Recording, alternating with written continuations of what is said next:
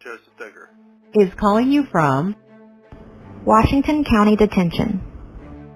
Joseph Duggar is accused of molesting a then 9-year-old girl, but now details from an affidavit are adding a critical piece to this puzzle. What investigators claim happened before his arrest, according to that document. And if these allegations are true, what does it mean? How damaging is it? We're going to unpack this explosive affidavit for you right now. Welcome to Sidebar, presented by Law and Crime. I'm Jesse Webb. Real quick, before we go any further, I got to tell you about this app that I think you're going to love. Our sponsor, Upside. Why do I say that? Because you get cash back. Upside gets you cash back. Extra cash back on everyday purchases like gas, groceries, takeout. So here's what you do. You download Upside for free. You claim an offer at one of their 100,000 plus locations. You pay like normal with your card. You verify the purchase. And just like that, money back. So say I need to get gas or I want takeout one night, I'll search for Upside offers first. And after I spend, money appears in my app that I can transfer right into my bank account. Now, Upside's frequent users, they earn an average of $254 back a year. So to start getting your cash back, click the link in the description or scan the QR code. Use our promo code SIDEBAR because you get an extra 25 cents bonus on every gallon on your first tank of gas. So here we are again. We have another Duggar son, another set of charges, another child involved, another series of allegations, and an affidavit that I will tell you right now is going to make you put down whatever you're holding and just sit with how disturbing these claims are. The Duggar family has been in our orbit for nearly 20 years. 19 kids and counting, a TLC empire built on the image of wholesome Christian family values, matching outfits, courtship rules, whole lot of blessings, and then came Josh Duggar, the 2015 scandal. His sister's coming forward, the documentary, the federal conviction for child pornography, that 12-year sentence that he's serving right now in Texas. We've watched this saga unfold in real time. So when the news broke last week that Joseph Duggar, the 7th child, the one who seemed to fly under the radar, the one married to Kendra with their 4 kids, their quiet Instagram presence, that now he has been arrested on child molestation charges out of Florida, the reaction from a lot of people was something like, not again. Now, again, these are allegations. He hasn't been convicted. But you start reading the affidavit and you realize this isn't just another headline. This is a 31-year-old man, a father himself, allegedly preying on a then 9-year-old girl during a family vacation in Panama City Beach out in Florida in 2020. And the way it allegedly happened, it reads like what experts often describe as grooming. It reportedly starts with asking her to sit on his lap, then it's the couch, then it's a blanket, and then according to the affidavit, it escalates from there in ways that we're going to walk you through with our guest in just a moment, because the progression is something that every parent needs to understand if these allegations are true. Now, before police even arrested Joseph, they did something pretty interesting.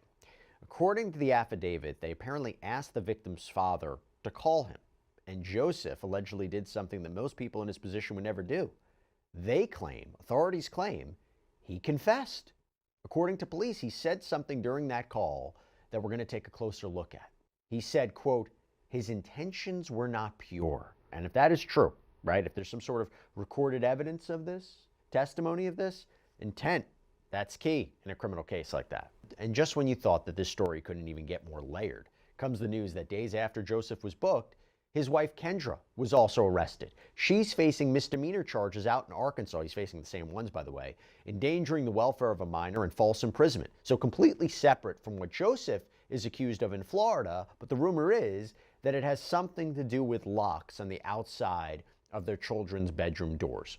Couldn't officially confirm this. We don't know if this is the allegation, but this is a sources telling a major outlet. Now, that part of the investigation is still unfolding. We're going to get into what we know and what we don't know. And to help us break this down, we're going to bring on somebody who does this every single day. He's a civil litigation attorney. His practice is centered on representing survivors of child sexual assault. He knows how grooming works. He knows how these cases are built. He's going to walk us through this affidavit line by line, because what's in these pages isn't just a list of accusations. It's an alleged roadmap of how an adult is accused of isolating and manipulating a child, and then allegedly apologize for it. You've been here before? No, that's right. So first I want to establish what we already know about this case. Joseph Duggar was arrested in Arkansas on March 18th on a Florida warrant, charging him with 2 counts of lewd and lascivious behavior, one involving a victim under 12, one involving conduct by someone 18 years or older. The allegations date back to 2020 when Joseph was 25, his wife Kendra was pregnant with their 3rd child, and according to the affidavit, the incidents happened during a family vacation in Panama City Beach, and the accuser, who was 9 at the time, she's now 14, detailed everything in a forensic interview with Arkansas detectives. Here is what we've learned since the arrest. Before that forensic interview even happened, the accuser's father seemingly confronted Joseph directly on March 17th of this year. That's why we're talking about it, and this is according to the affidavit. And Joseph apparently admitted the allegations were true. That is when law enforcement asked the father to call Joseph again, this time with a detective apparently listening in, and Joseph allegedly made admissions, including, and we mentioned before, that he said his intentions were not pure. So you have an apparent confession, possibly on a recorded line, before police even knocked on his door, right? 2 days after Joseph was booked, the Tontitown Police Department in Arkansas announced that both Joseph and his wife Kendra had been charged with 4 counts of endangering the welfare of a minor and 4 counts each of false imprisonment. Again, misdemeanors seemingly unrelated to the Florida charges per se. A source told People and Us Weekly that the charges came following a home inspection and involved locks installed on the outside of the children's bedroom doors. Now, that hasn't been confirmed by law enforcement. It's the only explanation out there right now, so we're telling you what it is. Kendra was released on bond. Joseph remains in custody. Now, the family has started responding as well. We're going to get into that, how it might play into this case as well. So a lot to get into.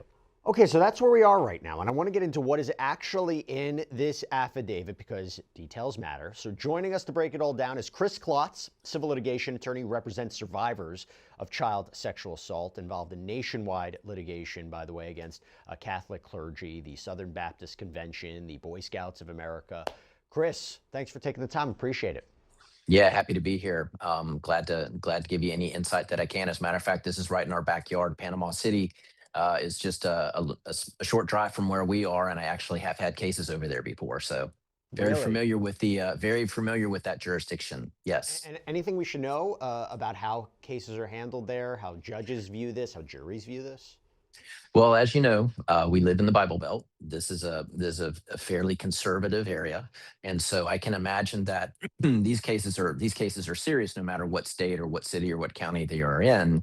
But I can tell you that we have there's a small town vibe in Panama City Beach area, in the Panama City area, and these kind of cases are not going to be favorably looked on, which is as it should be. Okay, so let's talk about it. Let's get in, before we even get into the affidavit itself, I just want to ask you a bigger picture question. So you've spent your career representing survivors in some of the largest abuse cases in this country. When you see a case like this, where the allegations involve grooming, where there are reports of a confession, an apology, and you're dealing with pretty, high profile person, at least the family is, what stands out to you as either typical or unusual compared to cases you see in Tri? Yeah, so an answer directly comes to mind, but I want to be cautious when I say this because it's not everybody and it's always dangerous to generalize.